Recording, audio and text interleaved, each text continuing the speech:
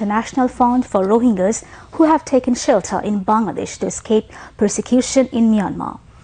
The Premier made this call when IOM Director General Amy Pope paid a courtesy call on her at the latter's official residence Ganubhavan today. Prime Minister's speech writer Muhammad Nazrul Islam briefed reporters after the meeting.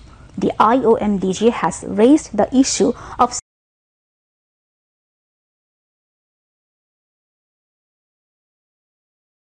security in the Rohingya camps to the Premier. Sheikh Hasina said her government has deployed appropriate number of security personnel in Cox's Bazar Rohingya camps to ensure their safety and security. Amy Pope also stressed the need for giving proper training on language and culture to the migrated people to scale up their skill as per the demand of the host countries. In reply, the Prime Minister said her government has attached topmost priority on giving proper training on profession and language to anyone in case of sending him to other country. Sheikh Hasina also said migration is a natural process, but the migration will decline significantly if the poverty reduces, she opined. She said her government has taken various programs for the migrants that include giving loan without any guarantee. She said people are migrated internally for the climate change as well. Prime Minister's Principal Secretary Mohammad Tafazul Hossain Mia and Secretary of the Secretary of the Ministry of Expatriates Welfare and Overseas Employment Muhammad Ruhul Amin among others were present. Prime Minister Sheikh Hasina today asked the authorities concerned to assess economic possibilities and to benefit first before taking any development project. She was witnessing the outline of a program of the Roads and Highways Department to help build Smart Bangladesh by 2041 at her official Ganubhavan residence this morning. After witnessing the outline, the Premier gave necessary instructions and asked all concerned to attach priority on avoiding unnecessary expenses and expedite completion of the projects. Later, Prime Minister's Deputy Press Secretary K.M. Shakhat Moon briefed the newsman. The Premier said the countryman is getting the benefit as some infrastructural development have been completed quickly. The Prime Minister said they are running the state with a target. She continued after coming to power in 1996, her government's first priority was to ensure food and nutrition security for the people. She said her government has announced Vision 2021 and successfully implemented it by getting recognition of a developing nation. Road Transport and Bridges Minister Waidul Qadir and Prime Minister's Principal Secretary Muhammad Tafazul Hossain Mia, among others, were present.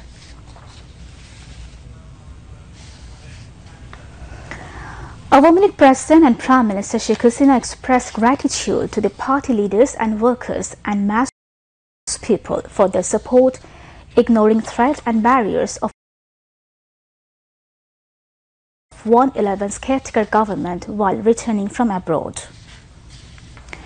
There were many obstacles like direct gunshots, but overcoming all the bombs and grenades attacks, the Premier said she is working for the country with courage because of mass people's support. The Leader of the House said this while participating in the unscheduled discussion on her return to the country from May 7, 2007 during the 111 government. Before this, Fisheries and Livestock Minister Abdur Rahman initiated an unscheduled discussion in the Parliament on May 7, 2007. আজকে দিনটা আমার জীবনে একটা অনন্য দিন, কারণ আমি সেই দেশে ফিরে এসেছিলাম শত বাধা অতিক্রম করে। আমাকে সেই সময় তত্ত্বাবধায়ক সরকারের অনেক উপদেষ্টাও ফোনে বলেছিল আপনি আসবেন না, আপনার বাইরে থাকা যা যা লাগে করব। আবার কেউ কেউ আমাকে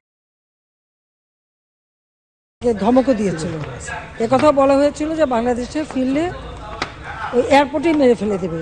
আমি বলছিলাম আলহামদুলিল্লাহ, আমি নিজের দেশের মাটিতে তো মরবো, কিন্তু আমি আসবো। সরাসরি গুলি, বোমা, গ্রেনেড সব কিছু অতিক্রম করেই আজকে এখানে এসে জনগণের সেবা করতে পারছি। সেই জন্য আমি শুধু দাঁড়িয়েছি বাংলাদেশের জনগণের প্রতি আমার কৃতজ্ঞতা জানাতে আমার দলের নেতা কর্মী আজকে অনেকেই বেঁচে নাই, তারা সব কিছু রক্তচক্ষু উপেক্ষা করে এবং সাধারণ জনগণ তারা সেই দিন যে গিয়েছিলেন, যার জন্য আমি দেশে ফিরে আসতে পেরেছি এবং আমি প্রতিজ্ঞা করেছি আমি ফিরে আসবই। যে বাবা মা আমাদেরকে শিখিয়েছেন সাহসের সাথে এগিয়ে চলা এবং সেই সাহসের সাথে এগিয়ে চলে জনগণের জন্য কাজ করা, এবং সেটা আমি করে যাচ্ছি। এবং এর জন্য আমার দেশবাসীর প্রতি আমার কৃতজ্ঞতা জানাতে আমি উঠেছি, যে আমি আমার দেশের মানুষের প্রতি আমার কৃতজ্ঞতা জানাই যে আমার আর কিছুই ছিল না, বাবা মা ভাই সব হারিয়ে একমাত্র দেশের মানুষই আমার একমাত্র শক্তি এবং প্রেরণা। আমি সেই শক্তি নিয়েই এগিয়ে যাচ্ছি এবং বাংলাদেশ এগিয়ে যাচ্ছে, বাংলাদেশ এগিয়ে যাবে, এটাই আমার কথা। বাংলাদেশ এগিয়ে যাবে, বাংলাদেশকে জাতির পিতার স্বপ্নে বাংলাদেশ করব। The Village Codes Amendment Bill 2024 was passed in the Jatiya Sanshad today. LGRD Minister Mohammad Tajul Islam moved the bill in the House, which was passed by voice votes. The sitting began with Speaker Dr. Shirin Sharmin Chaudhuri in the chair. The bill will enhance the authority of village codes, enabling them to raise fines from 75,000 to 3 lakh taka. While responding to a question, State Minister for Power, Energy and Mineral Resources Nusrul Hamid told the Parliament that the country has generated highest level of some 16,477 megawatt electricity on April 30 this year. Nusrul Hamid also said that although the country has no deficit of electricity as per the demand, the country so far could not generate power as per its existing power generation capacity due to Ukraine-Russia war and global fuel crisis. That's why there is temporary difficulty in uninterrupted power supply in some places, the State Minister added. State Minister for Information and Broadcasting Muhammad Ali Arafat highlighted a growing concern about the proliferation of fake online portals resembling a frog's umbrella in various corners of the country.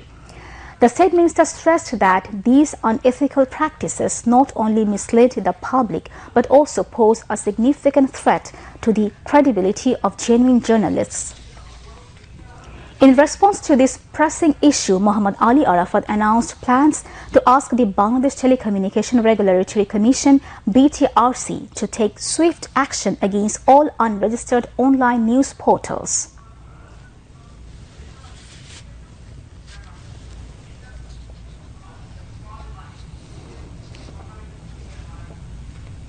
যারা পেশাদারিত্বের সাথে সাংবাদিকতা করেন, এই সাংবাদিকরাই এই ধরনের portal এবং পত্রিকাগুলো, online ভিত্তিক পত্রিকাগুলো বন্ধ করার জন্য দাবি জানিয়েছে। কারণ আমাদের সাংবাদিক বন্ধুরা বলেন যে এই ধরনের অপসাংবাদিকতার চর্চা যারা করেন তারা আসলে পেশাদার সাংবাদিকদের জন্য ক্ষতির কারণ হয়ে দাঁড়ান। ঢাকা, চট্টগ্রাম যে কেন্দ্রগুলো আছে, পূর্ণাঙ্গ কেন্দ্র, এবং সংসদ টেলিভিশন যেটি আছে, আরেকটি যেটি আছে বিটিভি ওয়ার্ল্ড স্যাটেলাইট চ্যানেল, এই 4টি চ্যানেলের বাইরে অন্য কোনো জেলা ভিত্তিক বা বিভাগ ভিত্তিক কোনো সম্প্রচার কেন্দ্রের কোনো পরিকল্পনা তথ্য এবং সম্প্রচার মন্ত্রণালয়ে নেই। বিভিন্ন জেলা বা বিভাগ ভিত্তিক সম্প্রচার কেন্দ্রের কতটুকু প্রয়োজনীয়তা আছে এটাও আমরা খতিয়ে দেখার চেষ্টা করছি। Later, Speaker Dr. Shirin Sharmin Chaudhuri adjourned the House till 5 p.m. tomorrow. The Election Commission has started distributing new smart national identity card with Bir Mukti Jodha emblazoned on it to heroic freedom fighters. Election Commission Secretary Mohammad Jahangir Alam handed over a new national identity card to veteran freedom fighter President Mohammad Shahabuddin at Bango Bhavan this noon. President's Press Secretary Mohammad Jainal Abidin said that while handing over the smart card, the Election Commission Secretary informed the President that all freedom fighters will be given new smart national identity cards gradually. Lauding the initiatives to issue smart national identity cards emblazoned with Bir Mukti Jodha, he said it is a unique recognition of freedom fighters' contribution in the Great Liberation War. Referring to various initiatives of the government for welfare of freedom fighters, President Mohammad Shahabuddin said that this trend will continue in future and the government will stand by them in any need. President's Office Secretary Muhammad Wahidul Islam Khan and officials concerned were present. Speaker Dr. Shirin Sharmin Chaudhary has said, the SDG goals are aligned with all national plans of Bangladesh. Awareness about SDGs should be spread among all, she added. The speaker said this while addressing a session titled MP's Engagement in Monitoring and Implementing SDGs Progress and Priorities in Bangladesh, held in সংসদ Bhavan today. The session was held under the project titled Strengthening Institutions, Policies and Services Directly Implemented by UNDP. Senior Secretary of the Parliament Secretariat K.M. Abdus Salam briefed the welcome speech. Principal Coordinator on SDG Affairs of the Prime Minister's Office Akhtar Hossain made a presentation on overview of SDG progress and priorities in Bangladesh. Besides, Chairman of the Parliamentary Standing Committee on Public Institutions, Muhammad Abul Kalam Azad, made a presentation on parliamentarians' role in monitoring and implementing SDGs. The Speaker said the members of Parliament have been working on various subject-based issues under the direction of Prime Minister Sheikh Hasina. She said the new members of Parliament would have to be involved in different SDG activities. Deputy Resident Representative of UNDP Bangladesh Shonali Dayaran and representative of Swiss Embassy spoke at the session. With Nazrul Islam Babu, State Minister for Women and Children Affairs Simin Hossain Rimi, Chairman of the Parliamentary Standing Committee on Education Ministry Nurul Islam Nahid, and Parliament members were present at the session. The first phase of the 6th Upazila elections will be held tomorrow. The Election Commission has completed all necessary preparations for a free, fair and peaceful polls. On this occasion, Chief Election Commissioner Qazi Habibul Awal addressed a press conference at Nirbachan Bhavan in the capital's Agargarh today. He said the Commission is determined to keep the local government elections free from influence. The Chief Election Commissioner also said the returning officers were directed strictly to check intruders into voting centers. He warned of stern measures if anyone tries to manipulate the election. Qazi Habibul Awal said in the first phase elections will be held in EVM in 22 Upazilas out of 140. As many as 17 to 19 members of the law enforcement agencies will be deployed at every center, while the number will be 19 to 21 in hilly areas. Bangladesh is in the 5th position in Asia in terms of people's displacement due to climate change-related disasters. According to the latest World Migration Report 2024 of International Organization for Migration (IOM) launched today, more than 15 lakh people have been displaced due to disasters just in 2022. Director General of IOM, Amy Pope, unveiled the flagship migration report at a hotel in Dhaka today. Foreign Minister Dr. Hassan Mahmood was present as the chief guest at the program. IOM launched the World Migration Report for the first time outside its Geneva headquarters. Addressing the function, Dr. Hassan Mahmood said number of displaced people is increasing globally due to natural disasters. He said many are also losing their habitations due to man-made disasters. Palestine is being converted into a burning land, he added.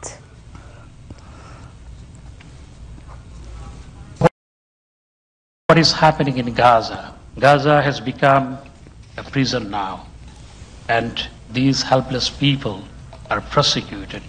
In that area, more than 10 million people have been displaced due to the conflict. And you know what is happening in Bangladesh? We are facing the challenges of forcibly displaced people from Myanmar. The number is about 1.3 million, not 1.2 million, because every year 35,000 newborn children. And Bangladesh is a overpopulous country. The density of population in this country is the highest in the world. We have given refuge. Our Prime Minister Sheikh Hasina was very generous to give refuge to these displaced people. But we are facing the challenges because of these people, law and order situation, drug trafficking, human trafficking, and the Rohingya camps have become breeding space for fanatism and terrorism. Later in the day, Director General of IOM Amy Pope paid a courtesy call upon Foreign Minister Dr. Hassan Mahmood. They discussed various issues of mutual interest, including Rohingya issue and climate change. Secretary of Expatriate Welfare and Overseas Employment Ministry, Mohammad Ruhul Amin, IOM Mission Chief in Bangladesh, Abdul Sattar, SOF, and Foreign Ministry officials were present. The government will procure 5 lakh tons of paddy at 32 taka per kg during the current season. Besides, the government will also procure 11 lakh tons of boiled rice at 45 taka per kg and 1 lakh tons of atop rice at 44 taka per kg. Food Minister Shadhun Chandra Mujumdar said this while talking to reporters after inaugurating the paddy and rice procurement program virtually from his secretariat office today. Food Secretary Muhammad Ismail Hossain and Director General of Food Directorate Muhammad Shakat Hossain were present. The Food Minister asked the authorities concerned to keep strict vigilance so that farmers are not harassed during the paddy and rice procurement activities in the current season. He warned that stern action will be taken against the illegal hoarders of rice and paddy. State Minister for Commerce Ahsanul Islam Titu said TCB is expected to begin the sale of goods at a subsidized rate permanent shops from July next. He said this while speaking at the inaugural program of selling essential products among family cardholders across the country at Baridhara area in the capital today. The State Minister said the number of TCB products will be increased soon. He also said that the government is working to ensure the supply of essential commodities at an affordable price. Through the family cards, the TCB is providing 5 kg rice at 30 taka per kilogram, 2 liter soybean oil at 100 taka per liter, and 2 kg of lentils at 60 taka per kilogram. State Minister requested local public representatives to conduct TCB activities through permanent shops so that people could purchase goods at their convenience. Lawmaker, Freedom Fighter Wakiluddin, Lawmaker Hasina Bari, Senior Commerce Secretary Tapun Kanti Ghosh and TCB Chairman Brigadier General Ariful Hassan were present.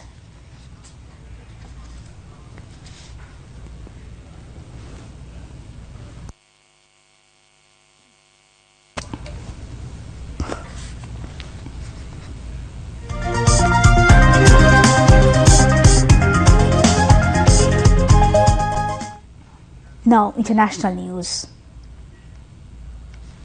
Israeli tanks have taken over the Rafah border crossing after advancing during the night as their warplanes pounded residential homes, killing at least 12 people.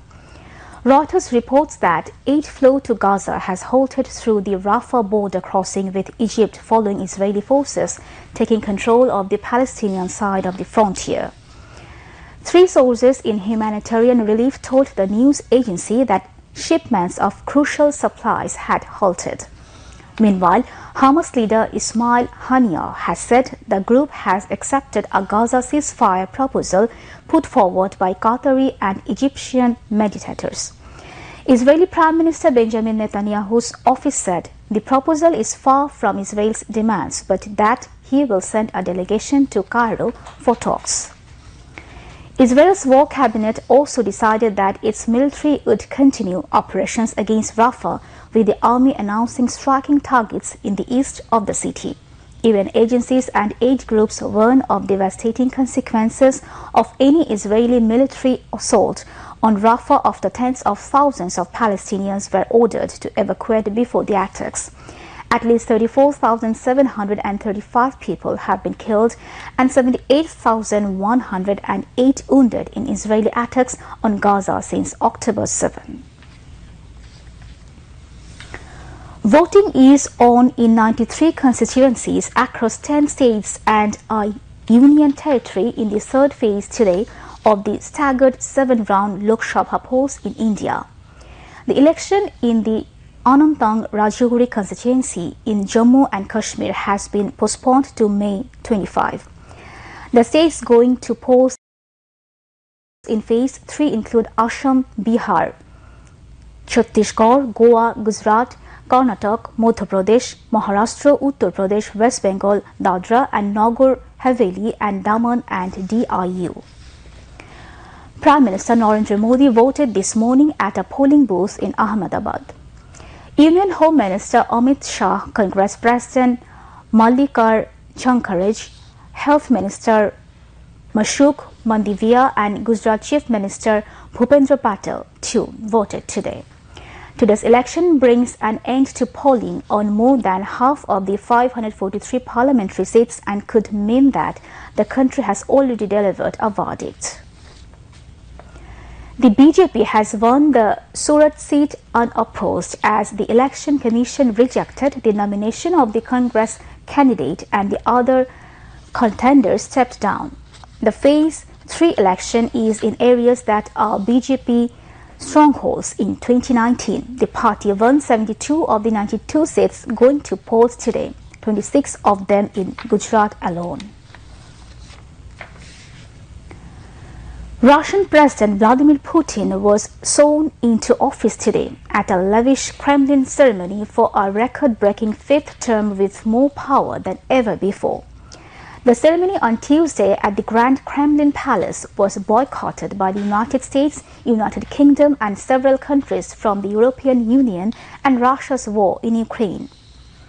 Putin said in his optimistic inauguration speech that together they will overcome all obstacles, achieve everything the country has planned, and together they will win. The 71-year-old has ruled Russia since the turn of the century, securing a fresh 6-year mandate in murders include the New York Times and ProPublica, as well as authors including Jan Anne Phillips and Jonathan Ake. The Pulitzers honored the best in journalism from 2023 in 15 categories, as well as 8 arts categories focused on books, music and theatre. The public service winner receives a gold medal. All other winners receive $15,000. The Associated Press won a Pulitzer Prize in feature photography for its coverage of global migration through Latin America to the US, while the New York Times and Reuters News Service each won Pulitzers for their coverage of the 7 October Hamas attack on Israel and its aftermath.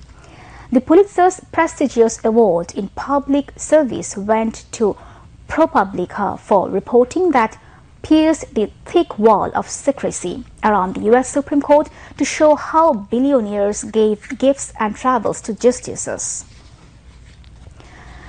The Pulitzers also issued special citations to journalists and writers covering the war in Gaza and to the late hip-hop critic Greg Tate. The staff of the New York Times won for its wide-ranging and revelatory coverage of Hamas's 7 October attack on Israel, the intelligence failures by Israel and the country's response in Gaza. Back to the national news. The 163rd birth anniversary of Nobel laureate Rabindranath Tagore, who reshaped Bengali literature and music as well as arts of Indian subcontinent with contextual modernism, will be celebrated tomorrow in a befitting manner. The government has taken elaborate programs to celebrate the 163rd birth anniversary of Rabindranath Tagore at national level tomorrow. Rabindra Fair discussions and cultural events will be organized to mark the birth anniversary of the great poet.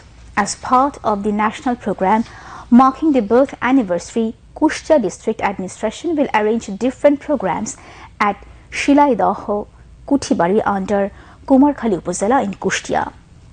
A 2-day village fair will be arranged on the premises of Kutibari. A total of 59 musical groups from home and abroad will perform in the cultural function at Kutibari. Besides, marking the birth anniversary of Vishwakobi Rabindranath Tagore, local administration will also arrange different programs at Potishor in Nauga district, Shahjadpur in Sirajganj, and Dokhin Dighi at Pithabhog in Khula, the places where Rabindranath had memories. Civil Aviation and Tourism Minister Mohammad Farooq Khan said the United Kingdom wants to work with Bangladesh for the overall development of the aviation sector in the South Asian country. He made the comment to journalists after his meeting with UK Minister of State in the Foreign, Commonwealth and Development Office Anna Marie Trevelyan at his Secretariat office in Bangladesh today. Informing that they discussed training on aviation security, Farooq Khan said investment as well as modern tools may be added to the training. Anna Marie Trevelyan said the United Kingdom has a security partnership with the Civil Aviation Ministry of Bangladesh. They discussed issues to accelerate relationship between the aviation sectors of these two countries, she added. Now news on sports.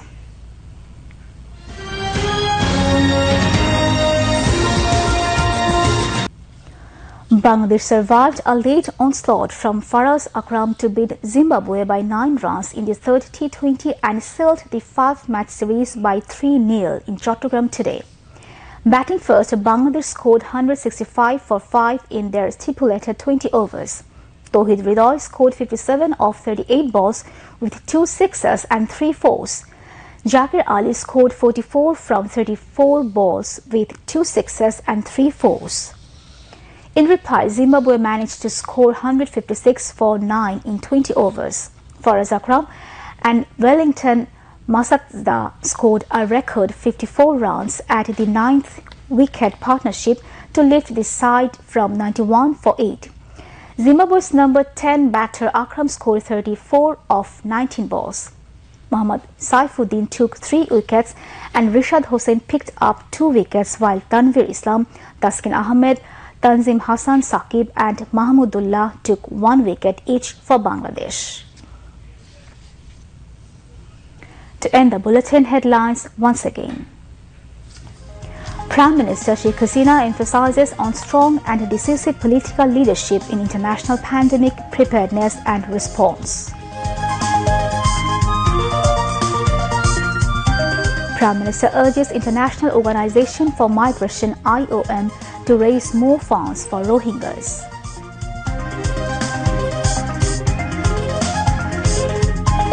Election Commission completes all necessary preparations for holding first phase of 6th Upazila elections tomorrow.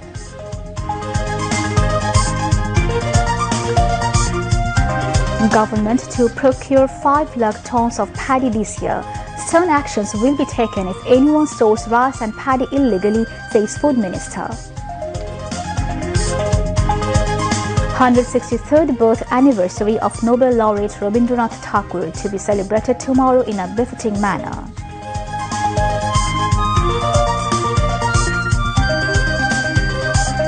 Israel's seizure and closing of Rafah crossing in Gaza feared to create catastrophic famine.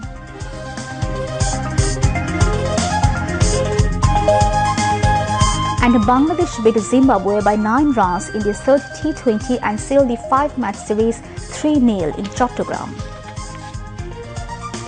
And that was all from the news for the moment. Thank you for staying with us. Dear viewers, we invite you to watch our next 11:30 Bangla news. Till then, Khuda Hafiz.